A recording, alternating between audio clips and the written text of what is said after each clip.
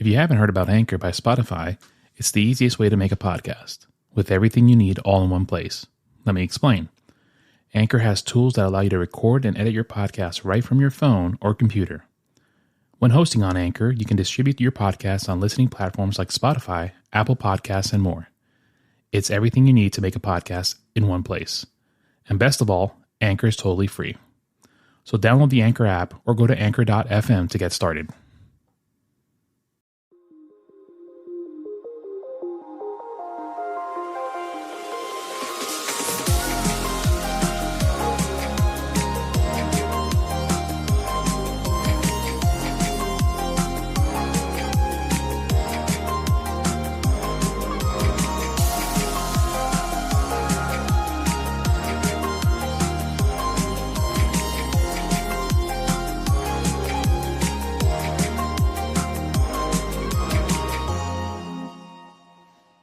I was going to come back with some really smart Alec joke about you touching my feet right now, but I'm going to pass on it. I said, don't touch me there.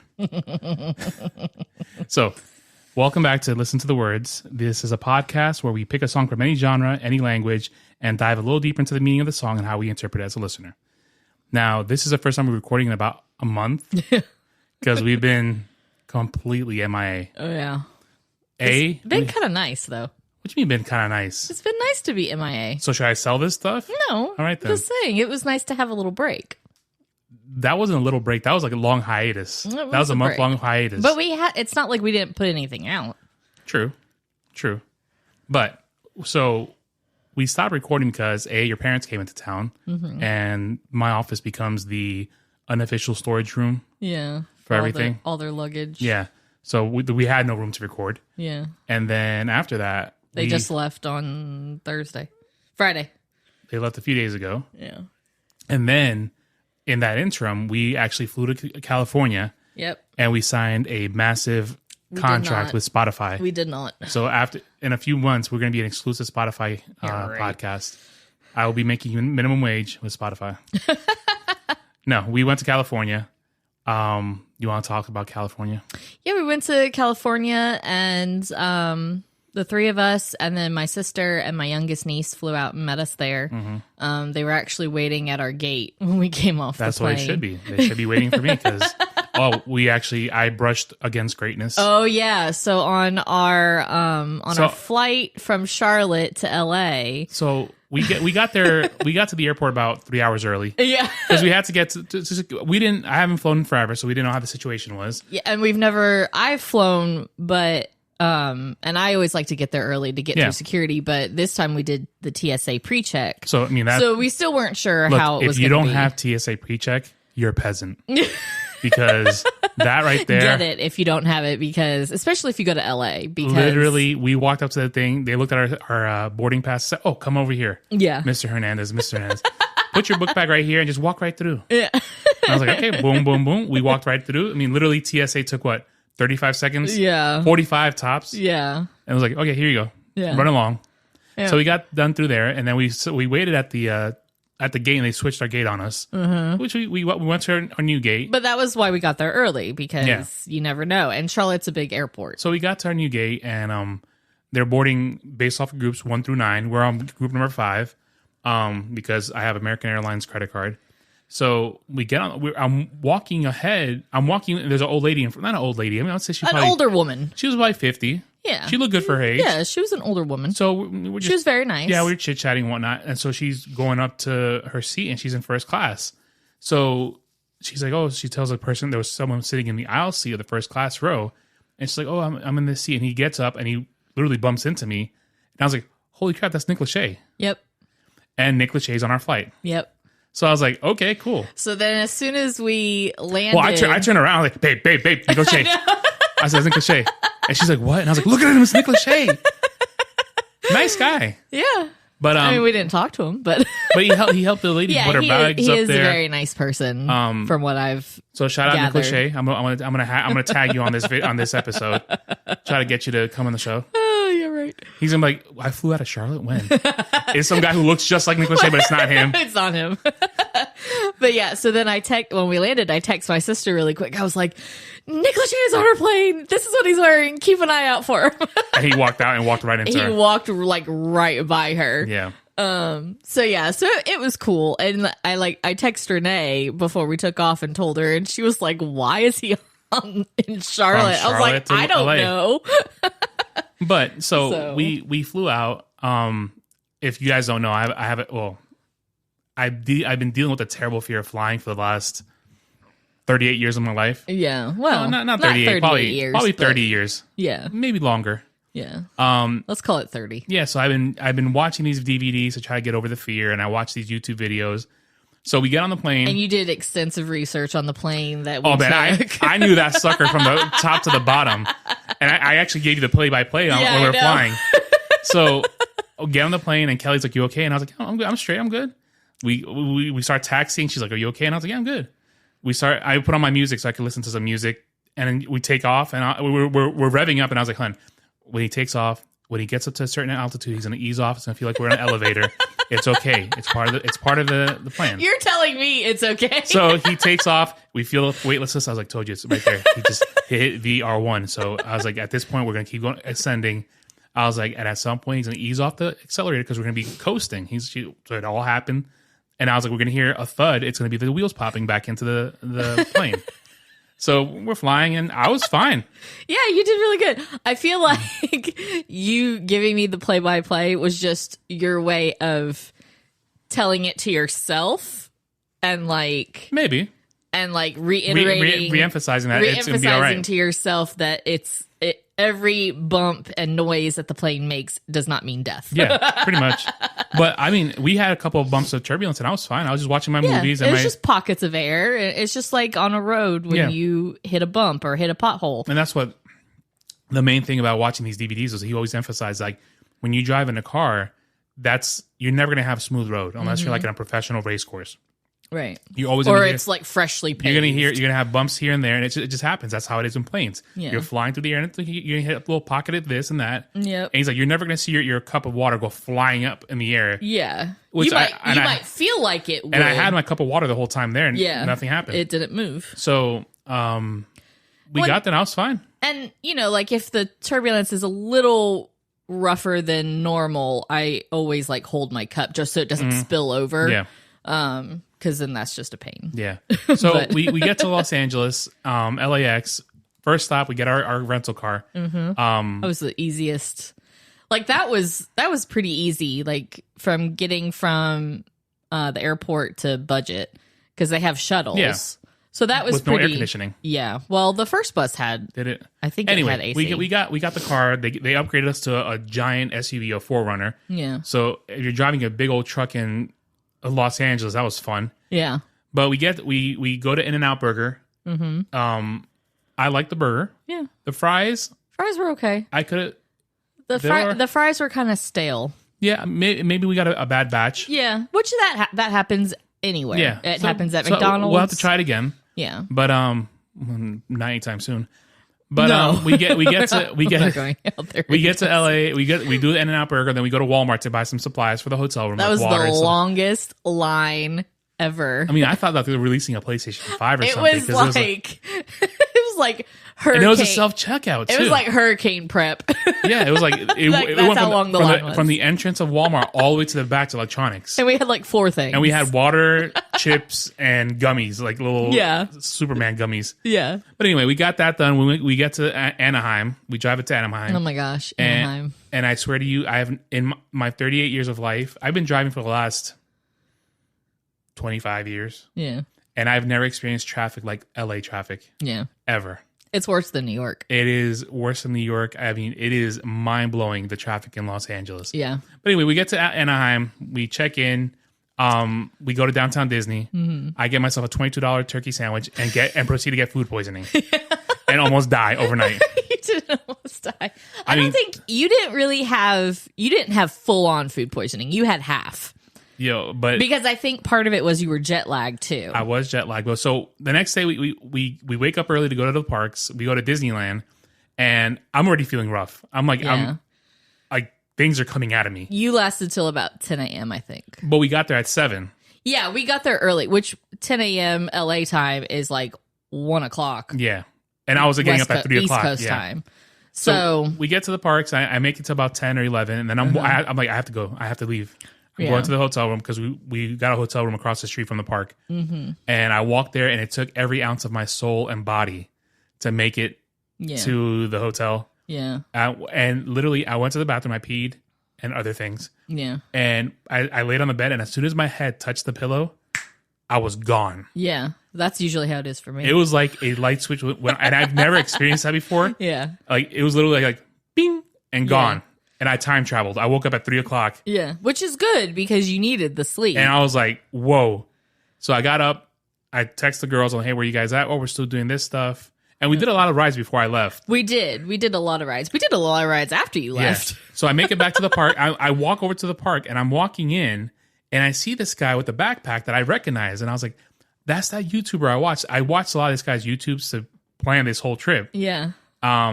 And I go up to him, I was like, hey, are you the guy from YouTube? He goes, yeah. And we started talking, and I was like, can I take a picture with you? Because my wife's not going to believe that I just met you. And he's like, yeah, of course. So I take a selfie with him, and he's like, oh, it's nice to meet you. Thanks for following.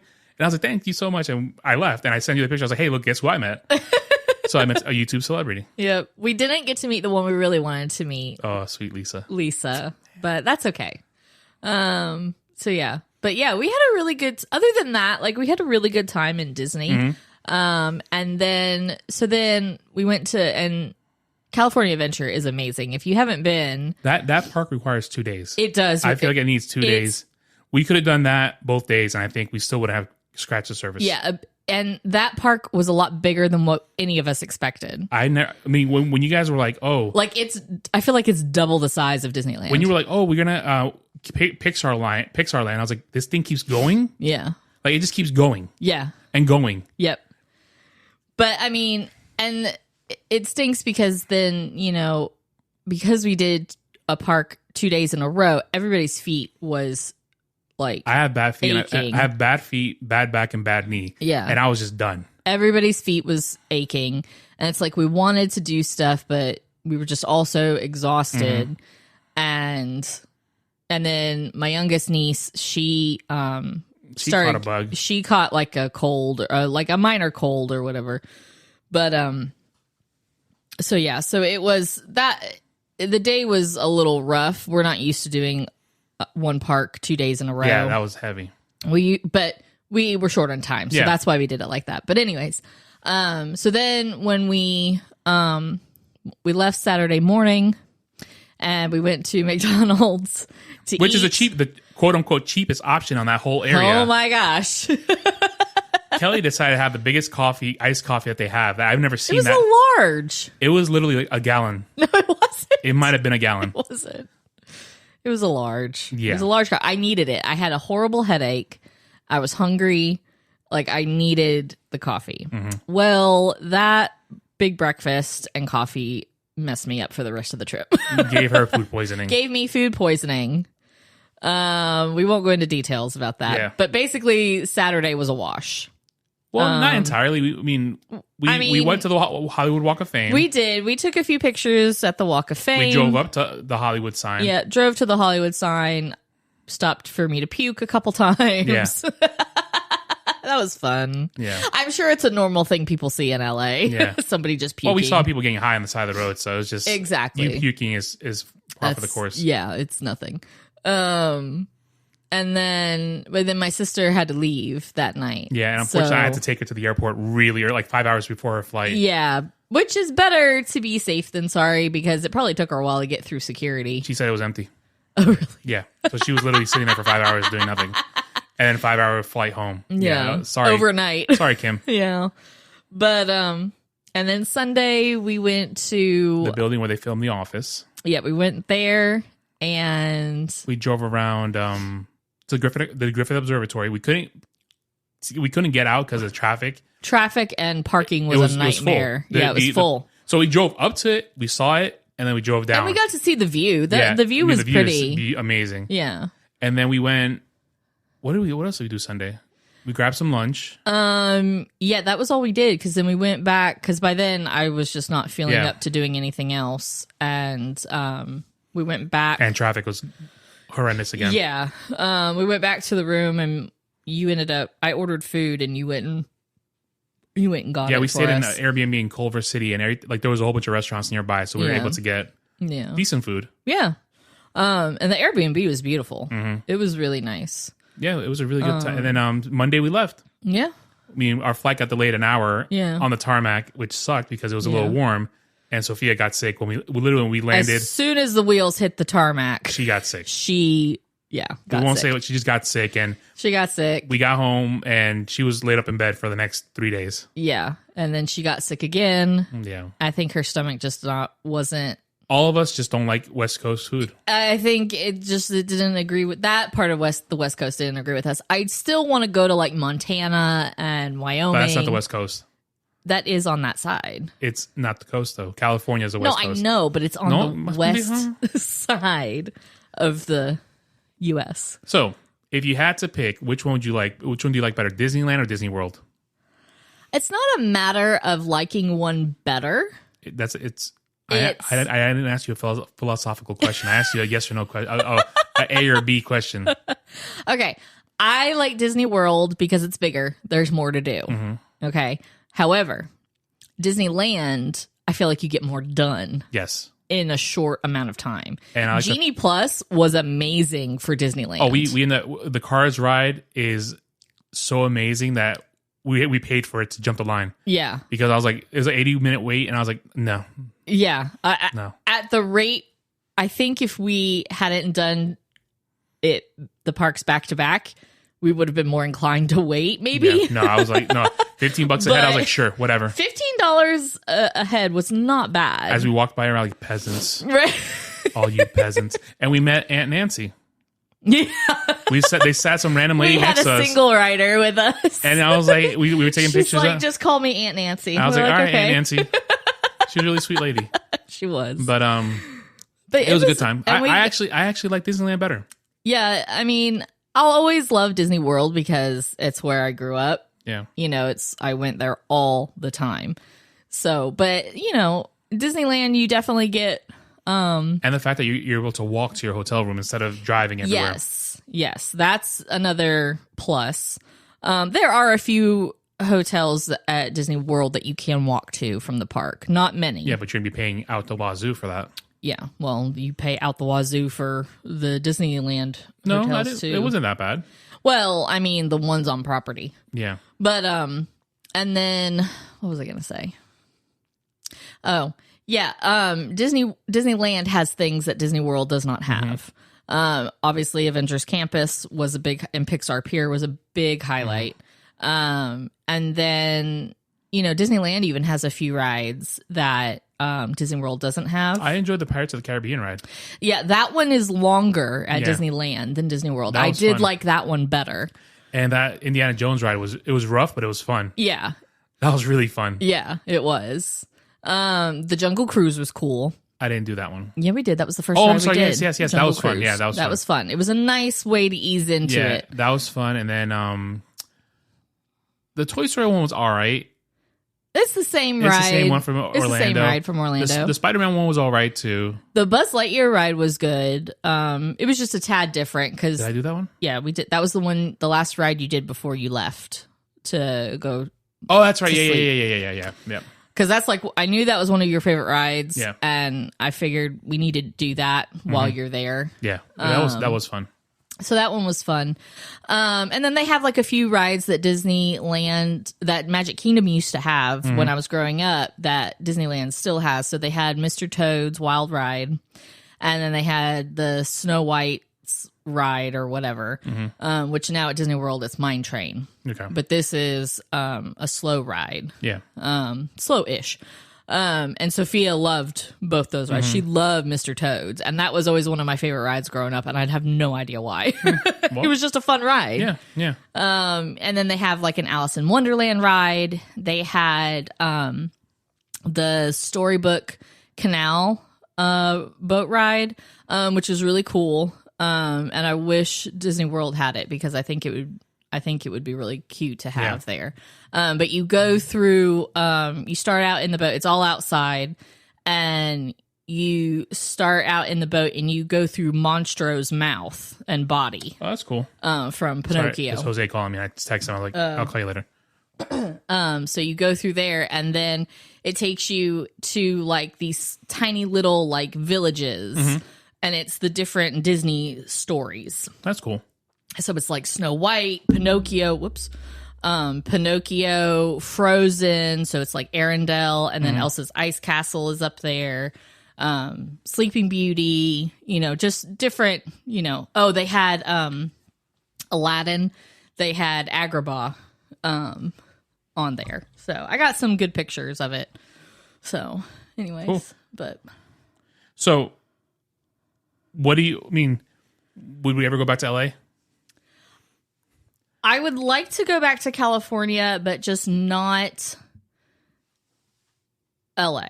If I don't see California for a while, I'll be all right with that. Yeah, I'm fine with that. Like I can't do that again right away. Yeah. But I would like to do some things that we didn't get to do, like go to the pier and do a couple of the beaches, just to, stay out of the city, just stay in like the suburbs. Yeah, we'll do that at some point. But I think that would be more. We're going to have to splurge on a bigger seats.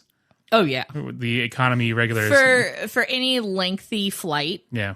Anything past 2 hours, I think you need better seating. But anyway, so we had a fun time. It was did a year plus planning, and it was fun.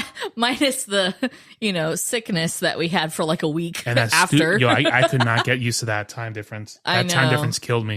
You need a long time to get used to it. Because I was crashing at 8:00 at night, and I could not keep my eyes open. Yeah, and I was just falling asleep, and then I wake up at 3. Yeah. And I was like, man. Yeah. And it's a long day when you still got park to visit, you got this and that to do. But anyway, we had a fun time. Yeah, we did. So now that we rambled on for 21 minutes.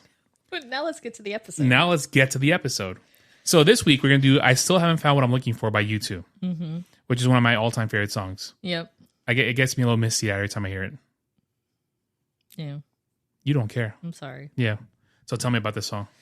So like you said, this is by U2, which they are an Irish rock band.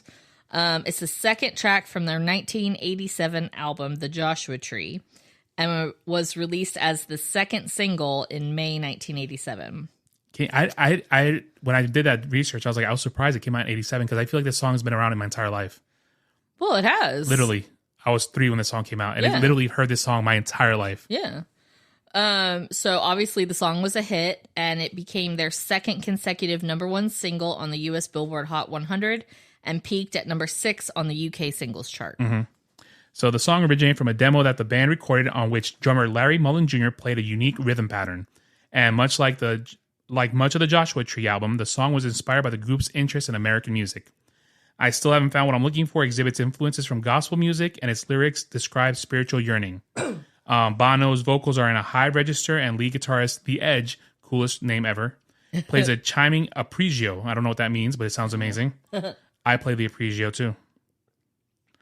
No, you don't. I was drinking water, so I couldn't respond. Yeah, I know. I know. That's why I did that. The song actually was critically acclaimed and received 2 nominations at the 30th Annual Grammy Awards in 1988 for Record of the Year and Song of the Year.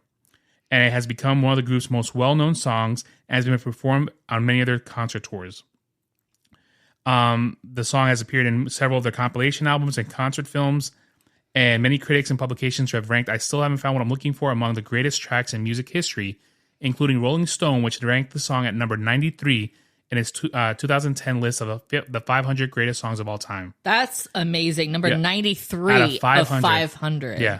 That's pretty high. That's like one more than 94. Shut up.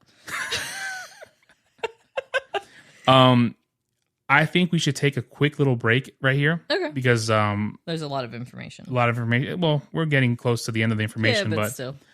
We talked a lot about the trip. Yeah. So at this point in time, we're going to take a little quote unquote break. If you're listening to us on Spotify, you're going to hear 30 seconds of the song, Spotify regular. If you listen to us on Spotify Premium, you'll hear the entire song. If you're listening to us on anything else, Apple Podcasts, Google Podcasts, you will not hear any music at all. You're just going to hear us come right back into the episode. All right? So we'll be back. And we're back from California. So Tell me more about the song. So the LA Times critic, Robert Hilburn, we met him at a restaurant. No, we didn't. Could have been cool. Called this song "You Choose Let It Be" in reference to the Beatles song, which I think is a pretty amazing comparison, because "Let It Be" is. See, I would have put "With or Without You" ahead of this one. They're close. Yeah, they are. But I think everybody could relate to this song, that you still haven't found what you're looking for. Yeah. With or Without You, how do I say this? It's a strictly romantic love song. Yeah. While this one is more of it could be a love song, it could be a spiritual song, it could be an emotional song, it could be anything. There's a wide range of what it could mean. Yep. And then the staff of the Rock and Roll Hall of Fame selected this song as one of 500 songs that shaped rock and roll. That's crazy. I wonder what number it was for that list. We'll have to look it up. Yeah. We'll have to go to the Rock Hall of Fame. It's in Ohio, if I'm not mistaken. Yeah. Cleveland. That'd be cool.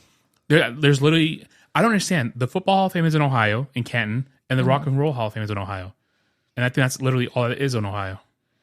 Yeah. I've been to Ohio. Yeah. Not a whole lot going on. Well, you've been to the Football Hall of Fame. Yeah, I had to. Yeah. I was at my old job. I was in a job site, and it was 10 minutes from the Hall of Fame. I was like, I have to do it. Yeah, of course. Have to. Yeah. But anyway, so like we mentioned before, the song is influenced by gospel music. Bono wanted the album The Joshua Tree to explore various forms of American music that they had encountered while touring in the United States. The album's co-producer, Daniel Lanois, said he nudged Bono into the gospel direction on tracks like this one. He explained in the TV documentary Classic Albums, U2, The Joshua Tree, "I've always liked gospel music, and I encouraged Bono to take it to that place.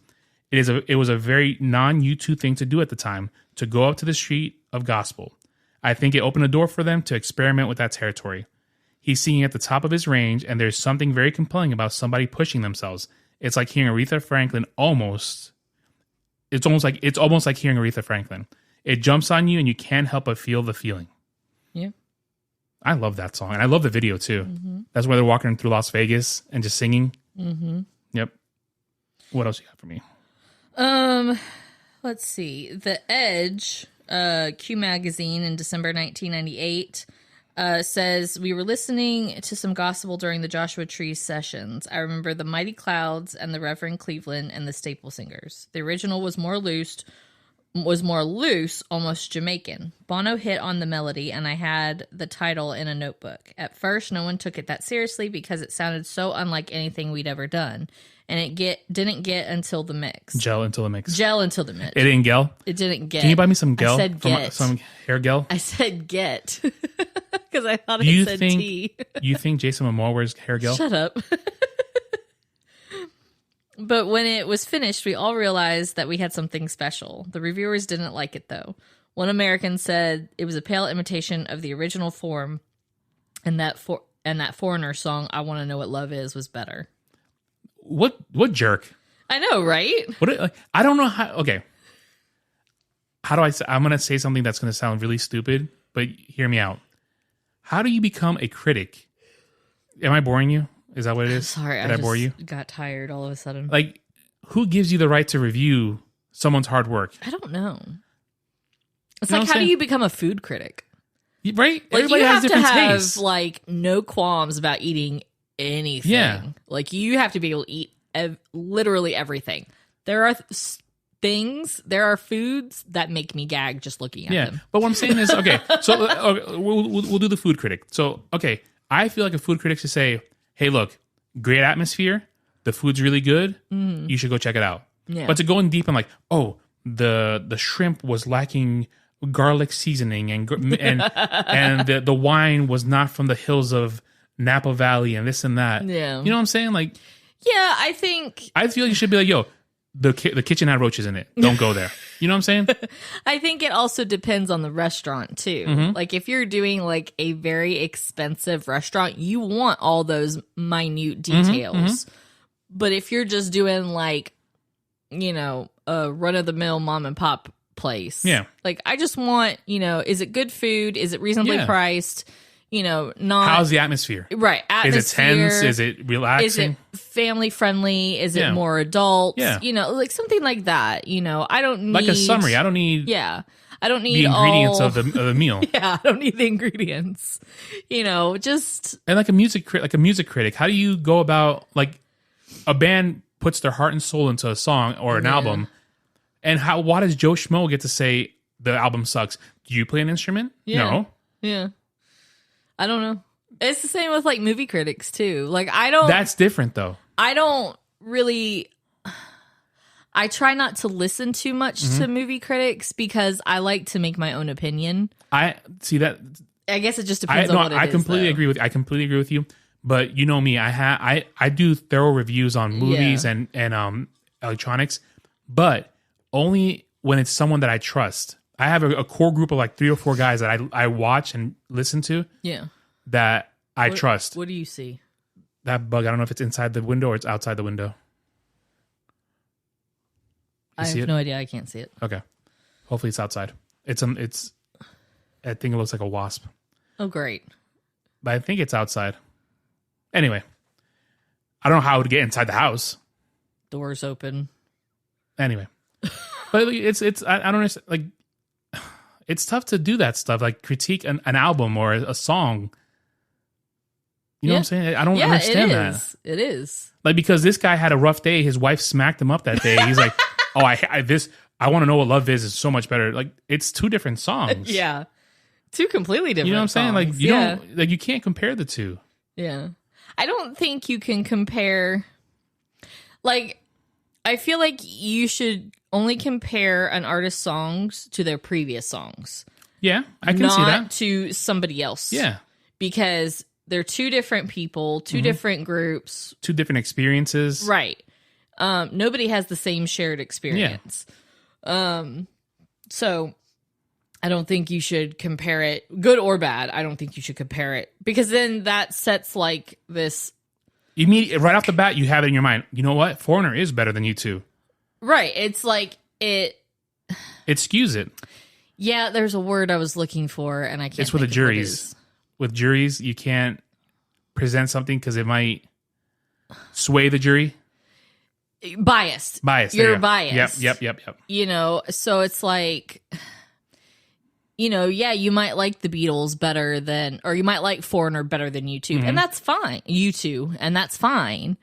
But, I don't think you should compare the songs to. Like, right when he said that, I would have stopped reading the article. I'm like, nope. Yeah. You can't compare 2 things. Yeah, you can't. Like you said, I think I would agree more if you compare it to their previous. Like, okay, Magic Romance, new album, Monsters. It's not Monsters. The one with the angel wings on the front, the Black album. Yeah. I'm drawing a blank right now, and I'm having a brain fart. But anyway, Monsters. I don't think it's Monsters. But anyway, I can't think of what it is. Anyways, you gotta compare it to their previous album. Like, okay. They've evolved. Their sound has evolved from this to this, right? Or compare this song from one of U2's older songs. Like, I still haven't found what I'm looking for. Is an evolution of XYZ. Yeah. But anyway, so there's a joint version of this song with Scarlett Johansson and Bono, for the movie Sing 2, which Bono plays the voices. Bono voices the rock star lion named Clay Calloway in the movie. Yeah, Voices is the name. Voices. Thank you. Matchbook Romance. Yeah. Anyway, I never would have guessed that. It was gonna bug me, so I had to look it up. But I thought you were trying to correct me. Like, he doesn't play the lion. No. He voices the lion. Yeah. Which I was like, yeah, he does voice the lion. Sorry. But Sing 2 is really good. It was cute. I like that one better than Sing 1. And I'm not gonna lie to you, I fell asleep. I missed the entire movie, but I woke up when Bono sang the song and I cried. Yeah. It made me tear up. Yeah. It was really beautiful. It was really good the way they did it. Yep. I liked it. So I forgot to mention the one thing that happened when we were in LA, when we got to the Hollywood sign, the radio. What played on the radio? Oh, yeah. So we were driving towards it. So check this out. See it. This is a little sidetrack. Yep. Look, the universe is a weird thing. I don't know what's going on. So I think this was just a coincidence. This was a coincidence of epic proportions. Yes. But it gave me goosebumps and it made me. I got a little teary eyed. Yeah. But so we're driving up to Hollywood. My cousin Genesis, who passed away earlier this year, She lived in Hollywood. She lived in the Hollywood Hills for a while. And so we're driving up there. We see the Hollywood sign.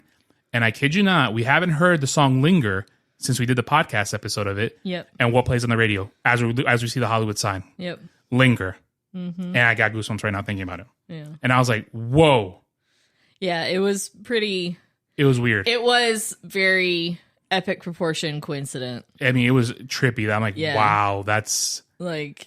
Out of all the times. Yeah. And we were listening to that same radio station that were playing, like, Dr. Dre and Snoop Dogg. And all of a sudden... That was a great station. And then all of a sudden, Linger. And I'm like, whoa. Yeah. Trippy.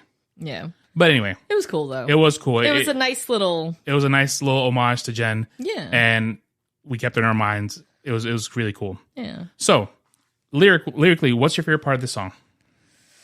I think the whole song is great. Yeah. Like the first part, he says, I've climbed highest mountains. I have run through the fields only to be with you. I have run. I have crawled. I have scaled these city walls only to be with you. But I still haven't found what I'm looking for. And I love, he says, I have kissed honey lips, felt the healing in her fingertips, burn like fire, this burning desire, and I have spoken the tongues of angels. I have held the hand of the devil. It was warm in the night. I was cold as a stone, and I still haven't found what I'm looking for. Man. But I still... Well, let me do the voice. But that's... Oh. This one? No, this one. I still... Oh, God. And something... Forget it. Moment's gone.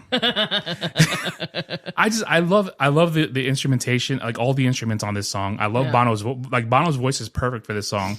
Like nobody else could have done this song other than Bono, the U2. He has a great voice. I love his voice. U2 is one of the greatest bands of all time. I wouldn't mind seeing them in concert. Are they on tour? Yeah, but I'm sure it's gonna be expensive. Oh, probably. I mean, it's ridiculous how expensive these things are nowadays. I mean, we've seen Adele, Phil Collins, The Police. Like that's... U2's next. No, next. I think the next big concert we have to see has to be Paul McCartney. Yeah. Because, I mean, the guy's pushing 80. Yeah. So Bono, we might have a little more time. Yeah. But I think Paul McCartney needs to be, if he comes around again, he has to be priority. Yeah. Yeah, I think so. Because who's to say he'll be around? I don't know his, like, solo album songs. I don't think he does. I think he does like a lot of Beatles, Wings, and a little bit of solo stuff. I mean, he plays the crowd favorites. Yeah, I'd go for the Beatles songs. Yeah, for sure. Because I mean, how many people get to say they saw the Beatles or saw Paul McCartney perform? True. A Beatle perform their songs. Like not many people. I don't get to say that. understand why the Beatles kids don't have a cover band. Maybe they're not talented. And just call them the Baby Beatles. Maybe they don't want to do that. Yeah. They don't do their own thing. Yeah. Every kid. So much money out there. No kid wants to do exactly what their parents do. Like. True. Like, did you want to work construction? Because I know I didn't. Nope. I did not. So. Maybe it would have given me and my dad some time together. Oh, jeez. Probably not. Look, yeah, for all the good it did you. Yeah. Anyway, besides the point. Yeah. Shout out Dad, who I texted while we were in California, and he never wrote back. Yeah, but he wanted you to let him know when we got there. Thanks, Dad. Okay, sure. Anyway. Whatever. So do you like the song? I do like the song. It's always been one of my favorite songs. So, with that being said, let's start. Oh, yeah. So, the show Instagram is Listen to the Words Podcast. The email address is listentothewordspod@gmail.com. Next week's episode, I don't remember what I have on the documents, so it doesn't matter. It's whatever we feel like doing. You'll be surprised. Whatever we feel like. We're going to be on a better schedule now that we're back in South Carolina. And we're not sick. We're not sick, and we're not traveling for the foreseeable future. Actually, we're planning our next vacation as we speak right now. It's like, now that I've flown, I'm like, we're flying here, we're flying there. We have to go to Florida next year, and I was like, we're flying. It's opened up a whole new world for him. Well, we might drive to Florida. Has to be because I told you about my plan that we could veer off to Orlando for a day or two. Yeah. If we fly, we can't do that. Yeah. So I was like, well, we might fly because that whole drive. We could go to Animal Kingdom.